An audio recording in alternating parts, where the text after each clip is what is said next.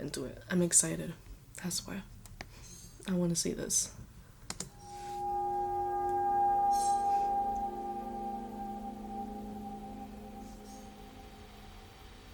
I work at a local Burger King in my city in Ohio. A few nights ago, I was working the closing shift, which is 5 p.m. until 10 p.m. It's a shorter shift, but it's the heaviest one of the day. It And is. not just because it's busy, because all the weirdos seem to come out after the sun goes down. And this right here is the story of the most bizarrely disturbing encounter I've ever had while working in that Ohio Burger That I can agree on. King. So, it must have been only like half an hour until closing, and round about this time, the throngs of late-night diners start to kind of peter out, allowing us to close a few booths and generally get a head start on clean down before actually closing. The restaurant is getting quieter and quieter, and as time goes on, it actually seems like we might be able to get out of that place at a reasonable hour, which obviously we're all excited about. You see, we didn't get any overtime there, and they'd only pay us for 15 minutes after closing. The idea being to keep us from slacking and earning a few extra bucks and makeup work after hours. So as I was saying, it's about half an hour from closing when I see a guy start walking towards the clear glass doors. They're double doors too, so picture the scene as he opens one door, uses the little hook to keep it open, then does the same with the other door so that both sets of doors are wide open, like he's ready for an entire mob of people to start walking through the entrance. But instead of an entire mob of people, there came only one, although I'm guessing she weighed about as much as 3 or 4 other people. This woman was in a mobility scooter, or more accurately, spilling out from over a mobility scooter. I really don't mean to be cruel here, but she was disgusting. Objectively disgusting. She couldn't have weighed any pound less than 600, and her size was such that she actually needed an oxygen tank attached to her scooter, a clear plastic line running from it up into her nostrils. She scoots her way to the counter with her man and proceeds to just smile at him while he orders something for her. Something being the single biggest order I'd ever taken down in the entire time I've worked there. And I'm talking even more than the frat boys who come in drunk one Saturday night. The order came to just shy of $150 and took about 20 minutes to prepare. Keep in mind that the average serving time in our restaurant at that period was like 6 minutes. 6 minutes for an entire bag of meals, and this order took 20, with every member of our staff preparing it. When it was done, the worst part commenced. She scooted herself over to a table with Look at all that food. There's no way she's gonna eat all that food. her man, who then proceeded to feed her pretty much the entire order in the space of about 10 minutes. It was absolutely disgusting. But honestly, I couldn't decide if it was worse that we were bearing witness to that whole thing, or that the guy seemed to take immense pleasure in making a freaking mess while he was feeding her. And by the time they left, there were fries and ranch dressing everywhere. Okay, I love the animation. I like it's 3D. I like it. All over the floor. Tons of fries have been, like, crushed underfoot in that way that you have to really scrub to get them up. The whole thing added a bunch of extra time to our cleanup. But that's not the thing that scared me. It's how into the whole feeding thing they were. How the woman was hurtling towards an early grave and seemed to be loving it. Guys, I know you think all the puzzle ads are fake, but today I finally found the game. Probably watching that in real life would make me sick. Cause no, I eat a lot, but not gonna catch me slipping.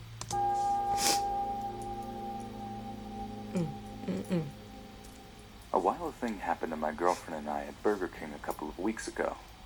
We ordered a bunch of food, got our drinks, and sat down at a table near the corner of the restaurant. A minute after we ordered, a guy goes up to the counter and orders. He wasn't out of place, so I didn't notice anything about him for a few minutes. He sits down where you typically would sit if you were waiting for a to-go order, and the first thing that got our attention was a kid, maybe 8 or 9 years old, ran past him.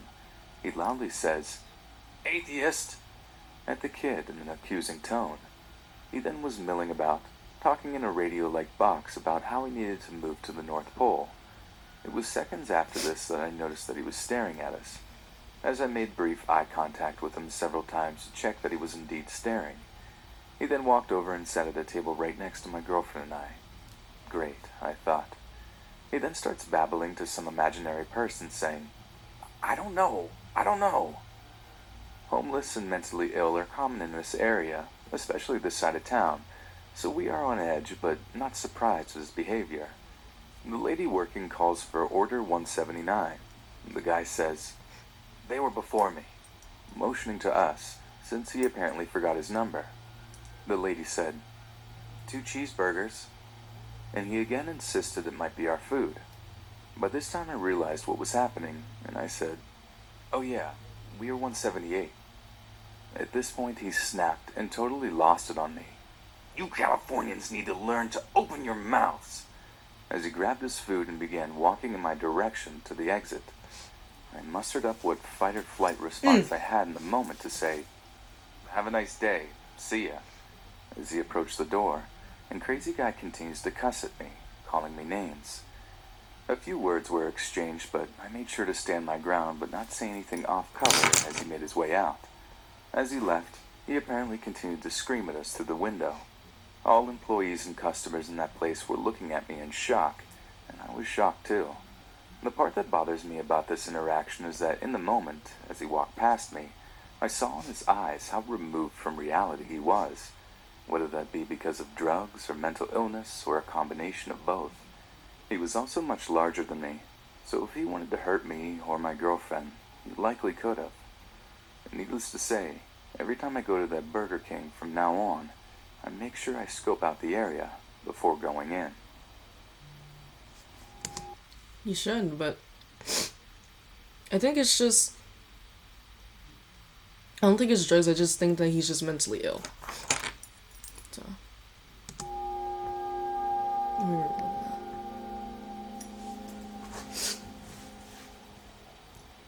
I've been pretty heavily involved in various fast food jobs since I was old enough to work, and I am now a manager down here in Florida.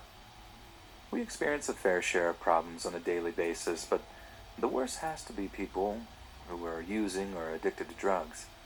They're everywhere in our industry. I mean it. The fun never stops for fast food workers. I have seen deals in the back of the kitchen, in the parking lot, in the bathroom, or walk-in. It used to be worse before my time, apparently, but honestly, I find that pretty hard to believe. My boyfriend of 10 years, who is way higher up the management chain than me, told me in the old days they would all hang out in employee parking, even if it wasn't their shift, and just everyone would constantly switch cars while doing various substances. The first week I became a deputy manager, I had to cuss an employee out when she came in to work high on crystal. Oh. Not about her coming in on meth, but not doing any work. My boyfriend also tells me he came in and worked in the kitchen for a bit when it wasn't even his shift because he was rolling. Lastly, to this day, 90% of the employees come in with eyes redder than Satan's wiener. I used to be one of them, but a higher-up singled me out, and now I don't do it to spite them. This is most fast food places, but nothing can prepare you for walking into a bathroom to do a routine check and seeing a person's legs sticking out from under the stall. I remember being super tired that day. Just one of those shifts you're just trying to make it through instead of actually putting in any real work. I lazily grabbed the... I feel you on that one. I don't work on a fast food.